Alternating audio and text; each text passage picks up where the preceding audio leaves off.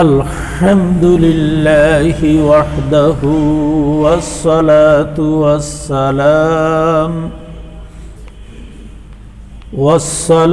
والسلام على من لا نبي بعده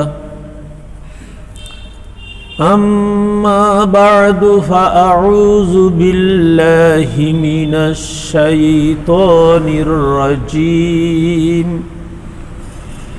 بسم الله الرحمن الرحيم إن الله وملائكته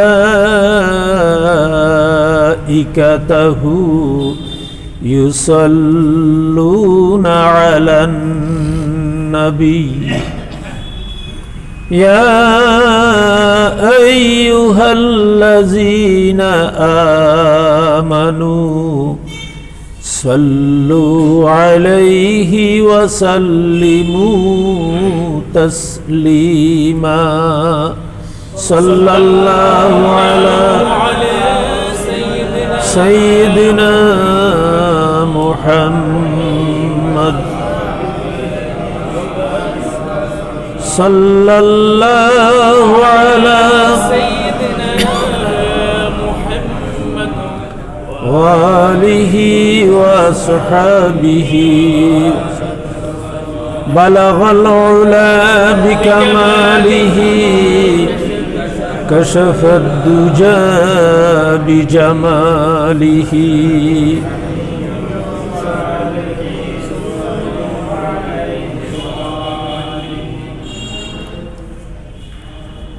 সম্মানিত মুরব্বিয়ানে কিরাম,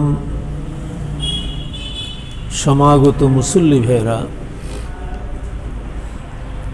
আজকে আমাদের খুতবার আলোচ্য বিষয় হলো মুহাররামাত। আল্লাহ যে সকল জিনিস হারাম করেছেন, হারাম এবং হালাল করার অথরিটি পাওয়ার একমাত্র আল্লাহ। তিনি যেটাকে হারাম করেন, নিষিদ্ধ করেন, ওটাই চূড়ান্ত হারাম, আর তিনি যেটাকে হালাল করেন ওটাই চূড়ান্ত হালাল। এটা আমাদের ঈমান। কিন্তু যারা অমুসলিম তারা মনে করে যে ডেমোক্রেসির ভিত্তিতে হালাল হারাম করা যায়।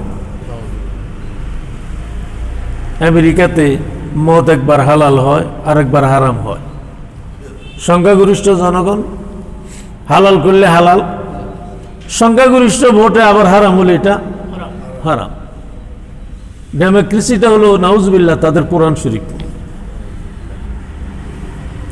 প্রেসিডেন্ট বিল ক্লিন্টন কি করলেন? সমকামিতা, পুরুষ পুরুষকে বিয়ে করা, নারী নারীকে বিয়ে করা, এটাকে হালাল করার জন্য গণতান্ত্রিক পদ্ধতিতে 10 লক্ষ লোকের মিছিলের নেতৃত্ব দিলেন। এরপরে পার্লামেন্টে বিল দেওয়া হলো, এটা পাস হয়ে গেল। কিন্তু ইসলাম এমন একটা ধর্ম, সেখানে মানুষের জন্য হালাল হারামের এবং সকল বিধিবিধান, ফরজ ওয়াজিব, কল্যাণ অকল্যাণ, জায়েজ না জায়েজ, এই সব কিছুর একমাত্র দায় দায়িত্ব আল্লাহর। সুতরাং আল্লাহ এবং আল্লাহ রসুলের বাইরে গিয়ে কোনো জিনিসকে হালালও করা যাবে না, হারামও করা যাবে না। তো হালাল হারামের মধ্যে একটা হলো বিয়ের সম্পর্ক। বিয়েটা হলো সারা পৃথিবীর মানুষের কাছে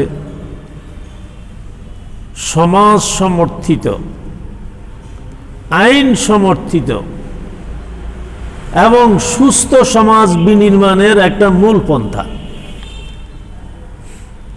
বিয়ের মাধ্যমে মা হয়, ছেলে হয়, পিতা হয়, দাদা হয়, শ্বশুর হয়, শাশুড়ি হয়।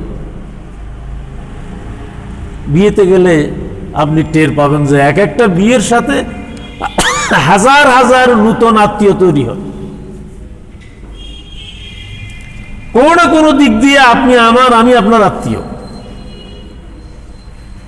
এটার মাধ্যম ওই বিয়ে। আল্লাহ তাবারক ওয়া তাআলা বিয়ে হলো একটা পবিত্র বন্ধন। এই বিয়ের মাধ্যমে স্বামী স্ত্রীর দায়িত্ব নেয়, স্ত্রী স্বামীর আমানতের দায়িত্ব নেয়, আগামী প্রজন্মের দায়িত্ব নেয়। একজন রিক্সাওয়ালা 16 ঘন্টা রিক্সা চালায়, তার তো এত চালাবার দরকার নেই, 2টা রুটি হইলে 1 পেয়ালা ডাল হইলে চলে। কিন্তু তার যে সন্তান, তাদের লেখাপড়া, তাদের পোশাক পরিচ্ছদ, তাদের খাওয়া দাওয়া, বাড়িঘর, এই জন্য সে বাড়তি পরিশ্রম করে, ঘাম ঝরানো পরিশ্রম করে। তাহলে বিয়েটা হলো সভ্য মানব জাতির সবচেয়ে বড় প্রতীক। বিয়ের মাধ্যমে সুন্দর সমাজ গঠিত হয়, মানবিকতা তৈরি হয়, আত্মীয়তা তৈরি হয়।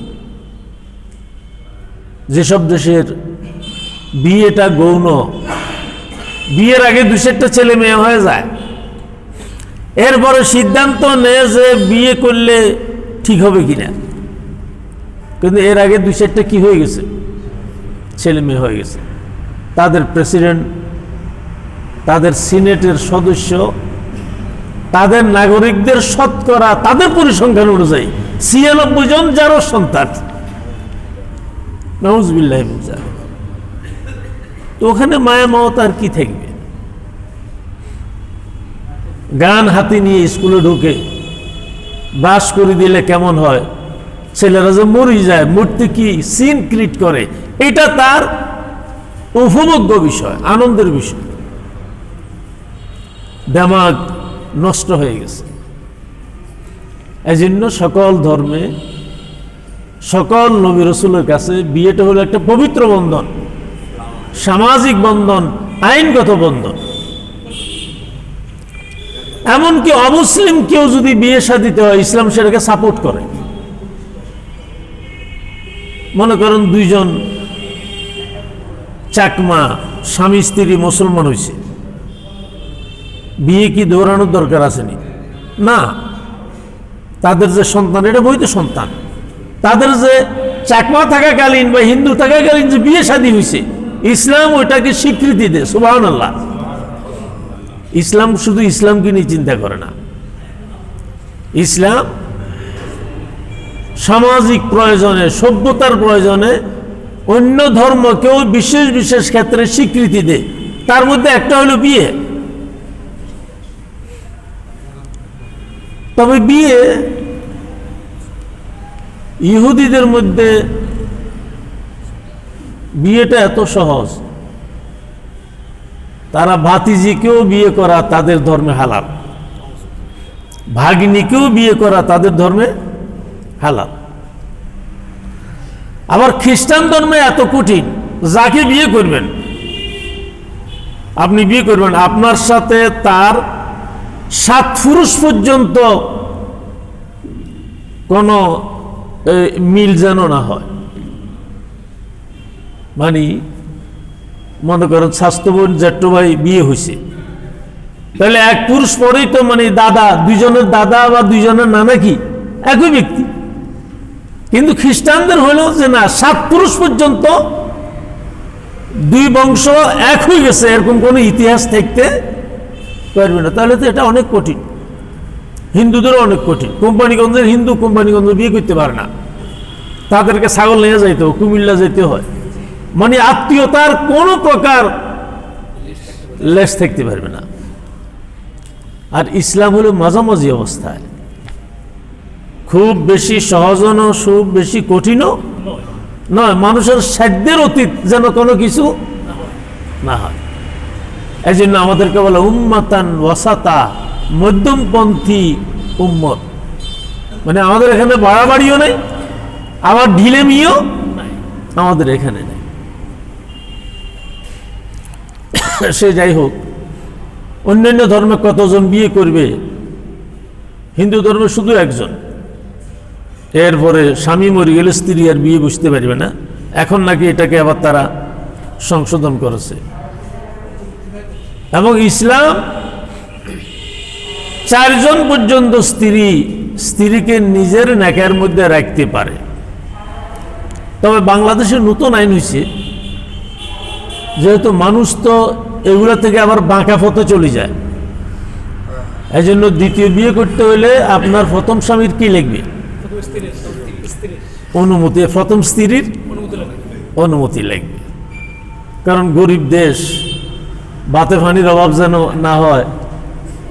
আবার অনেক সময় দেখা যায় স্ত্রীর কোনো সন্তান হয় না, স্ত্রী দাম্পত্য জীবনে আনফিট, কিন্তু জান গেল আমার স্বামী আরেক বিয়ে করুক, সন্তানের বাপ হোক, অনেক স্ত্রী এটা বরদাস্ত করে না।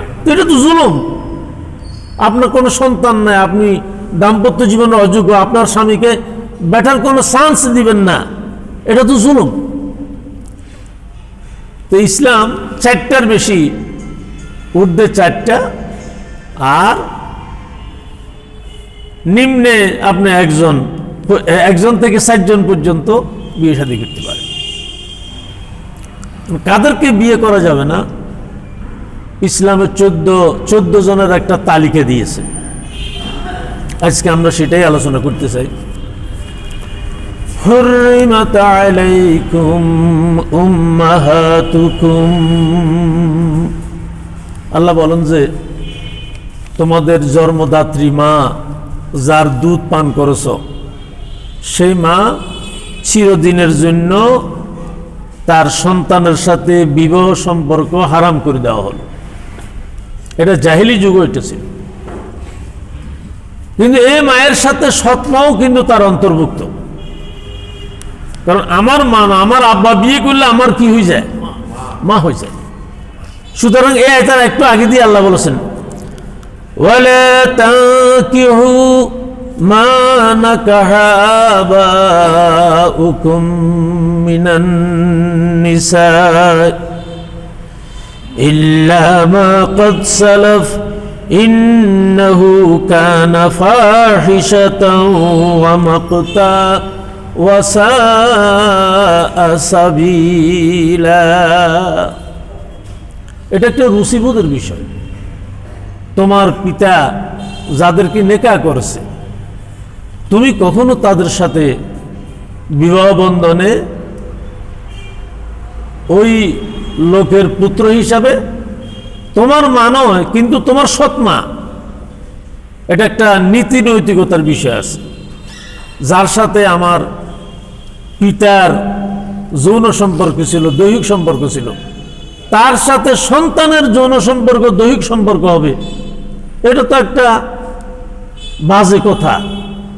এটা কোনো বিবেক সম্পন্ন ব্যক্তি এটা মেনে নিতে, ইসলাম এটা।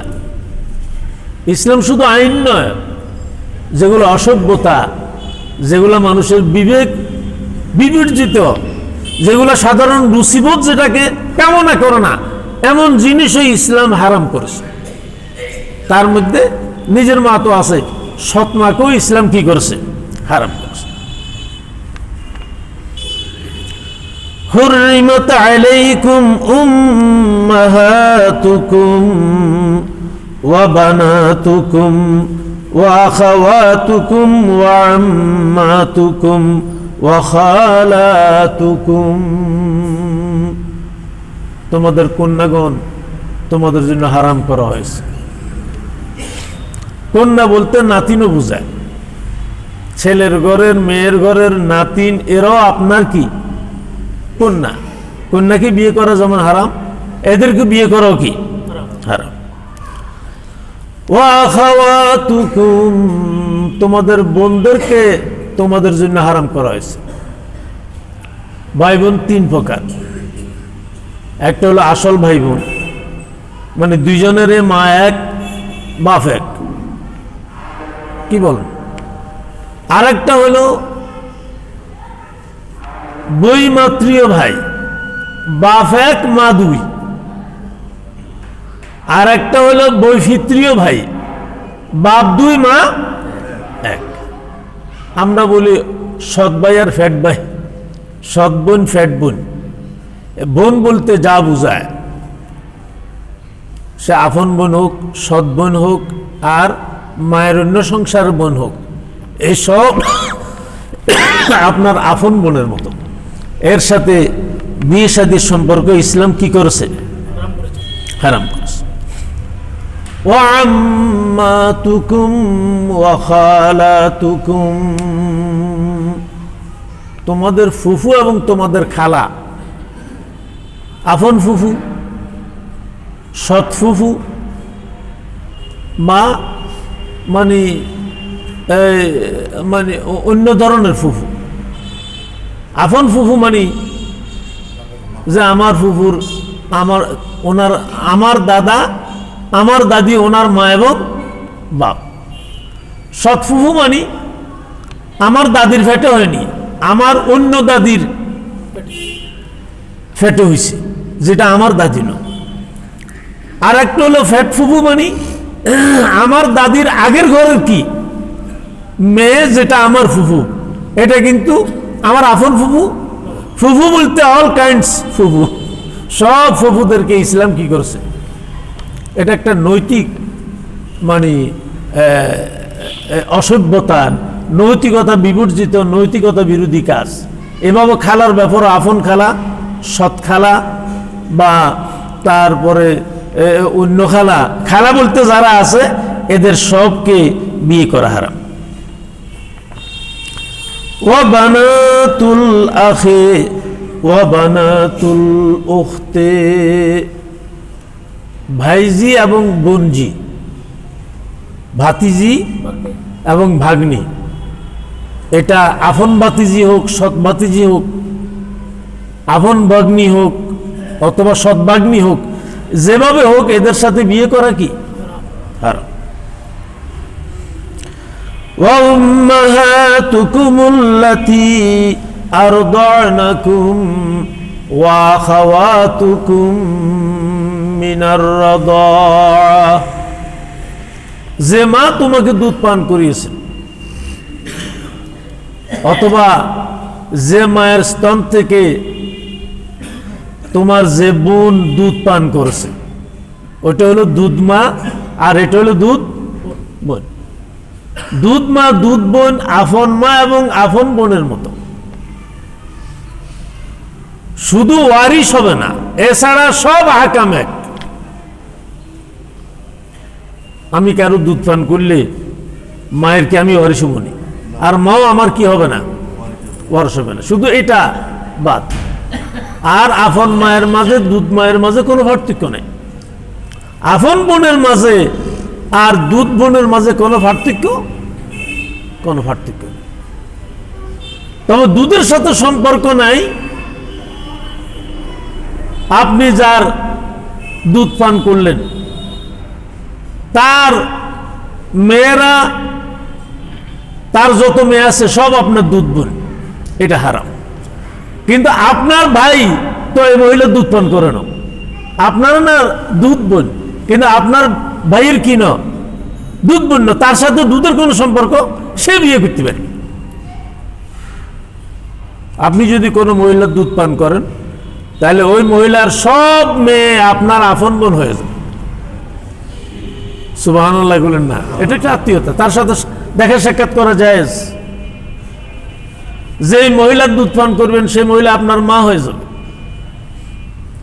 রসুল যে মহিলার দুধ পান করেছিলেন হযরত হালিমাতু সাদিয়া রাদিয়াল্লাহু তাআলা আনহা, হাজী সাহেবরা হালিমা সাদিয়ার বাড়ি দেখতে তায়েফ যান, সেটা এখনো সংরক্ষিত আছে।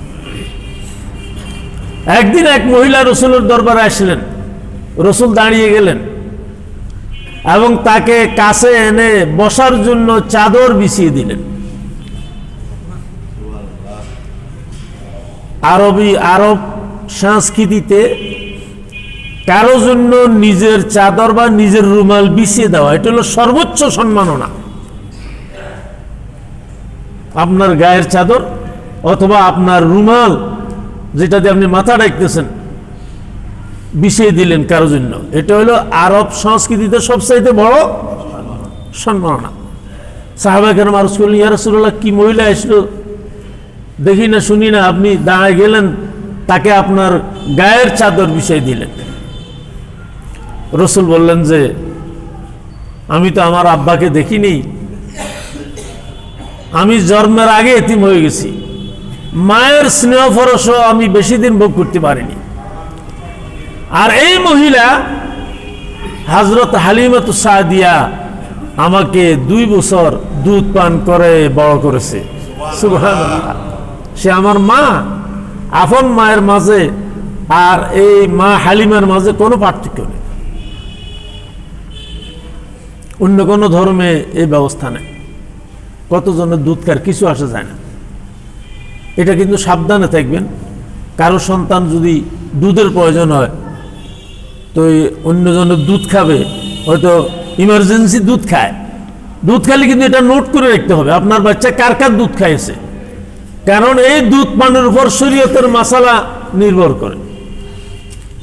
এরপরে ভবিষ্যতে বিয়ে শাদীর ব্যাপার আসলে এমন যেন না হয় যে নিজের দুধ বোনকে বিয়ে করে উঠছি, এমন যেন না হয়।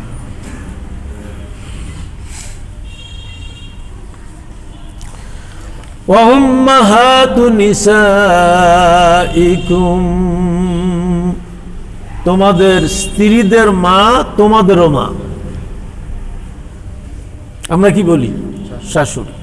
শাশুড়ি মায়ের মতো, কারণ তার মেয়েকে আপনি বিয়ে করেছেন। অনেকে শাশুড়িকে মা বলে না, কয় এটা হারাম।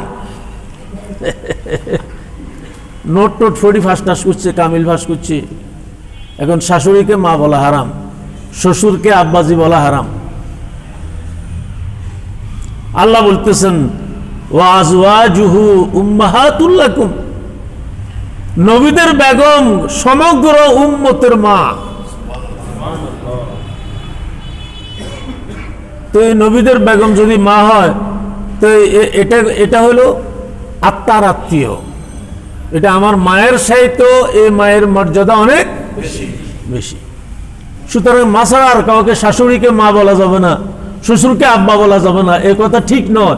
আল্লাহ নিজেই বলছেন যে নবীর স্ত্রী তোমাদের কি মা।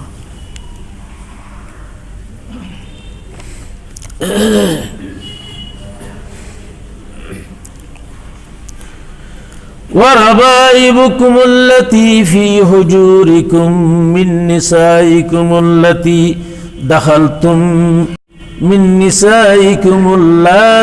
دخلتم بهن فإن لم تكونوا دخلتم بهن فلا جناح عليكم। আপনার স্ত্রীর যদি আগের সংসারে কোনো মেয়ে থাকে, আল্লাহ বলতেছেন যে মেয়েরা তোমাদের কোলে লালিত পালিত হয়েছে। সাধারণত স্বামী যদি মারা যায়, যদি ছেলে মেয়ে থাকে, তাহলে মাকে দেখতে আসে না। আবার অনেকেই ওই ছেলে মেয়েদের দায়িত্ব নিয়েই ওই মহিলাকে কি করে? বিয়ে করে।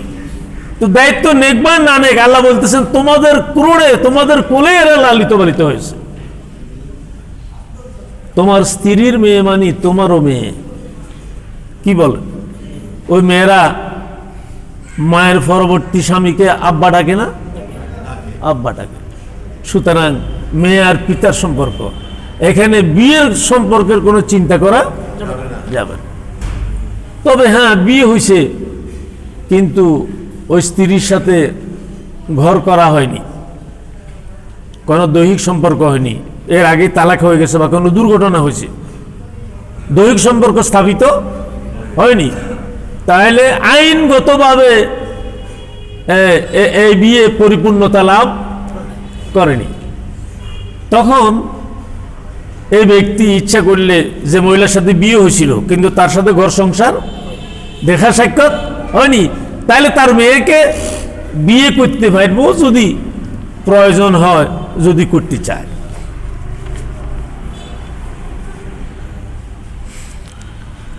وحلائل أبنائكم الذي من أصلابكم, আপনি ছেলেদেরকে বিয়ে করেছেন, বউরা আপনাকে কি ডাকে? আব্বাজি ডাকে না? হ্যাঁ। নিজের পিতা আর স্বামীর পিতার মধ্যে কোনো পার্থক্য নেই, শরীয়তের দৃষ্টিতে কোনো পার্থক্য, সম্মান ইজ্জতের দৃষ্টিতে কোনো পার্থক্য নাই। সুতরাং নিজের সন্তানের যে বউ, এদেরকে নিজের কন্যার মতো আল্লাহ হারাম করে দিয়েছেন। এই জন্যই তো দেখা দেওয়া যায়, কি বলে, এই বউদেরকে নিজের সন্তান, নিজের মেয়ের মতো। এই জন্য যে কোনো শ্বশুর তার বউকে নিজের মেয়ে যেরকম হারাম, বউরাও কি এরকম হারাম, চিরদিনের জন্য। তালাক হয়ে গেছে বা তারপরে এদিক সেদিক হয়ে গেছে, কিন্তু একবার যে মেয়েটা আপনার ছেলের বউ হয়েছে, ওই বউটা আপনার জন্য, আপনি পিতার জন্য সারা জীবনের জন্য মেয়ে হয়ে গেছে। সুবহানাল্লাহ। ওয়ান তাজমাউ বিল উখতাইন, দুই বোনকে একসাথে বিয়ে করা। জাহেলি যুগে এটা নিয়ম ছিল, দুই বোনকে একসাথে বিয়ে করত। মানে একই ব্যক্তি সহোদরা দুই বোনের সাথে যৌন সম্পর্ক, এটা একজন সুস্থ মানুষের রুচিবোধ এটা স্বীকার করে না। রুচিবোধ এটাকে চায় না, এটাকে খারাপ মনে করে। তো যেটা বাস্তবে খারাপ, ইসলামও এটাকে কি করছে, খারাপ করছে। তবে হ্যাঁ, আপনার স্ত্রী মরে যাওয়ার পর তার বোন যদি থাকে, তার সাথে আবার পুনরায় বিবাহ বন্ধনে আবদ্ধ হওয়া যাবে। একসাথে দুই বোনকে একসাথে বিয়ে করা, এই আয়াত নাযিল হওয়ার পরে যারা একসাথে দুই বোনকে বিয়ে করেছিল, তারা এক বোনকে ছেড়ে দিয়েছে আর এক বোনকে কি রেখেছে। আয়াত নাযিল হওয়ার পরে ওই বৈধতা নষ্ট হয়ে গেছে। ওয়াল মুহসানাতু মিনান নিসা, এরপরে যে সকল মেয়ের স্বামী আছে যার সাথে আরেকজনের বিয়ে হয়েছে, এটাও আপনার জন্য হারাম। তাকে ভাগাই আনি বিয়ে করা, এটা কি হারাম। বা তার সাথে নাউজুবিল্লাহ কোনো যৌন সম্পর্ক রাখা, এটা তো হারামই। তাকে বিয়ে করা আপনার জন্য হারাম যতক্ষণ না সে ওই স্বামীর আয়ত্তে আছে। এখন এই ধরনের দুর্ঘটনা, স্বামী বিদেশে থাকে, এই মহিলা আরেকজনের সাথে বিয়ে হয়ে যায়, তা আরেকজনের বউকে আরেকজনের সাথে বিয়ে বসতে পারেনি। সুতরাং এই পরবর্তী বিয়েটা শুদ্ধ হবে না যতক্ষণ না আইনগত পন্থা আসতে হবে। আইনগত পন্থা আসতে হবে। মহিলা তার সুবিধা অসুবিধার কথা আদালতে পেশ করবে, আদালত বিবেচনা করবে, বা একটা সামাজিক স্বীকৃতি লাগবে যে আমার স্বামী বছর পর বছর বিদেশ থাকে, আমি এটা মেনে নিতে পারি না, আমি তার বিবাহ বন্ধনে থাকতে চাই না। তাহলে সিদ্ধান্ত সে নিবে না, বরং সে আদালতের শরণাপন্ন হবে। কাজীর কি হবে? শরণাপন্ন হবে। মুতাখিরিনগণ এটার অনুমতি রেখেছেন। অবশ্যই ইমাম আবু হানিফা সাহেব বলেছেন যে স্বামী যদি নিরুদ্দেশ হয়ে যায়, তাহলে স্ত্রীকে 90 বছর পর্যন্ত অপেক্ষা করতে হবে। তো 90 বছর পর্যন্ত অপেক্ষা করে লাভ কি? মানুষের জীবন যৌবন কদিন থাকে? 90 বছরও যদি স্বামীর জন্য অপেক্ষা করতে, তো কি জন্য অপেক্ষা করবে? এই জন্য ওই সকল হাদিসে এক মহিলা এসে আরজ করলেন, ইয়া রাসূলুল্লাহ, আমার স্বামী যখন আমাদের বাড়িতে এসেছে, দেখলাম যে যারা তার সাথে আসছে সবার সাথে সে বাড়িটা খাটো, আর কি খাটো, বোন খাটো, সবার সাথে তার চেহারা কুৎসিত। ইয়া রাসূলুল্লাহ, আল্লাহর যদি ভয় না থাকতো আমি সেদিন বিয়েতে সম্মতি দিতাম না, কিন্তু আমি শেষ পর্যন্ত তার সাথে মানিয়ে উঠতে পারতেছি না। আমার জীবন তার সাথে চলে না, না তার চেহারা আমার পছন্দ, এরপরে না তার ফিজিক্যাল ফিটনেস আমার জন্য আছে, আরো আরো অনেক কিছু। মহিলার সেই অভিযোগ রাসূল গ্রহণ করে নিলেন। সুবহানাল্লাহ বলেন না? মহিলারা যে তাদের নাগরিক অধিকার নাই, তারা যে মানুষ নয়, কথা ঠিক না।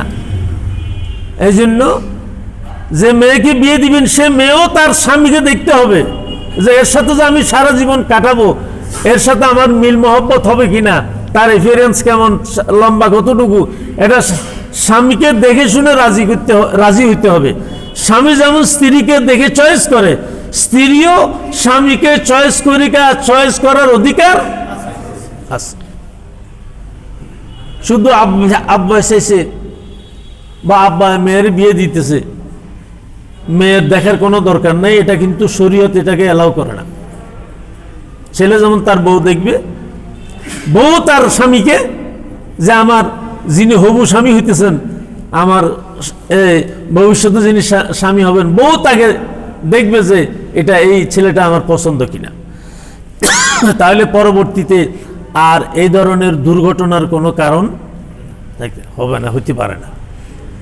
এই জন্য তো আল্লাহ তাবারক ওয়া তাআলা বলেন যে এই 14 জনের বাইরে আপনাকে বিয়ে করতে হবে।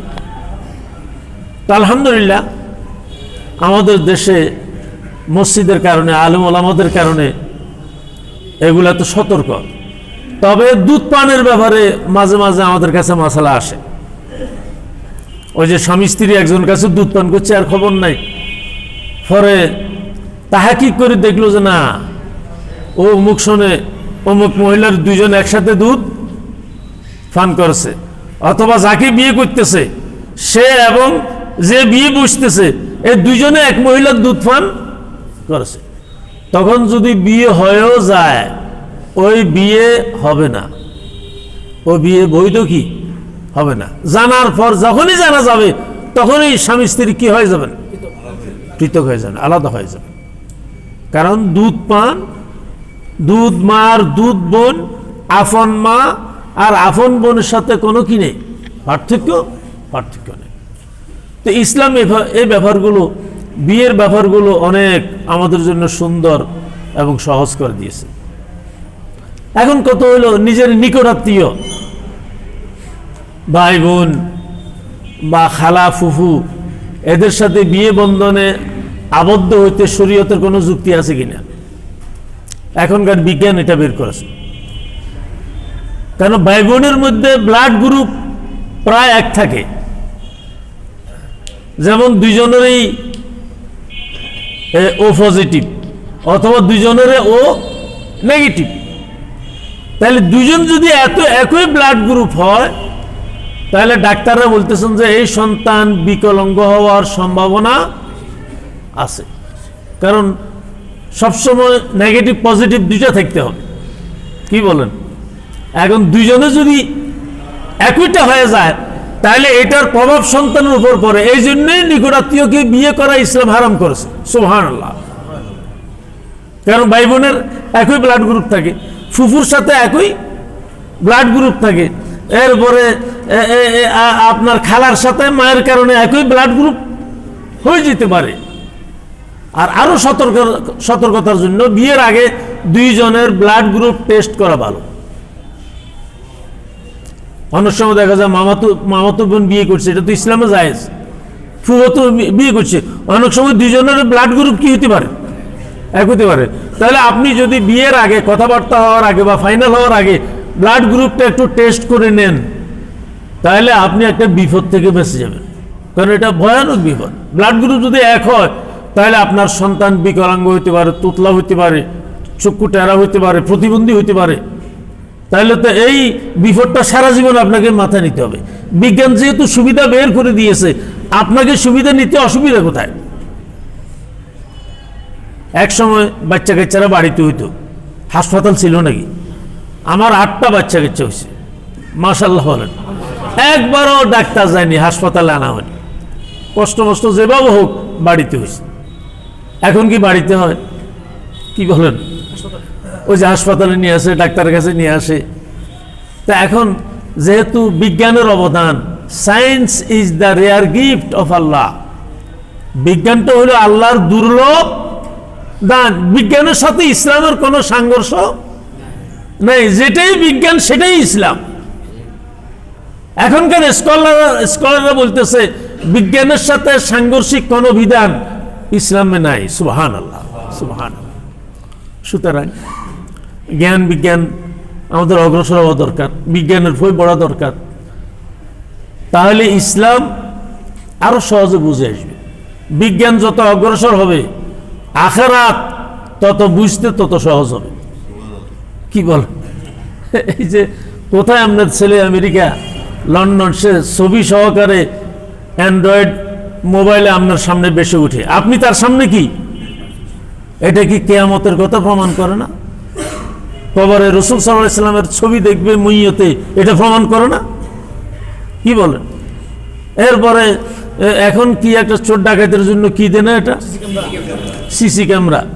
কি বলেন? আপনার গোটা জিন্দিগির সিসি ক্যামেরা কিয়ামতের ময়দানে আল্লাহর পক্ষ থেকে শো করা হবে। আজকের সিসি ক্যামেরা প্রমাণ করতেছে আমার আল্লাহর জন্য এটা খুবই সহজ। সবাই বলুন সুবহানাল্লাহ। আমার সারা জীবনের সিসি ক্যামেরা এটা আল্লাহর কাছে উন্মুক্ত। আল্লাহ যখনই প্রয়োজন মনে করবেন আমার গোটা জিন্দিগির সিসি ক্যামেরা আমার সামনে শো করবেন। তাহলে বিজ্ঞান যত অগ্রসর হবে, ইসলামও তত বেশি বোধগম্য হবে, আখিরাত তত বেশি বোধগম্য হবে। যুক্তির নিরিখে আপনাকে ইসলাম বোঝা খুব সহজ হবে। অবশ্যই এটা ঠিক, সব ব্যবহার তো আর সবাই যুক্তি দিয়ে বুঝতে হবে এ কথা ঠিক না, সব মানুষ তো সমান না। কিন্তু বিশেষ লোক যারা, শিক্ষিত লোক যারা এবং গুণী লোক যারা, চিন্তাশীল লোক যারা, তারা ইসলামকে তো ভক্তি করবে, তবে জ্ঞান বিজ্ঞানের যুক্তির নিরিখেও ইসলামকে বোঝা উচিত। তাহলে ইসলাম বিরোধীর সাথে মোকাবেলা করা আপনার কি হয়ে যাবে? সোজা হয়ে যাবে। আল্লাহ তাবারক তাআলা আমাদেরকে তো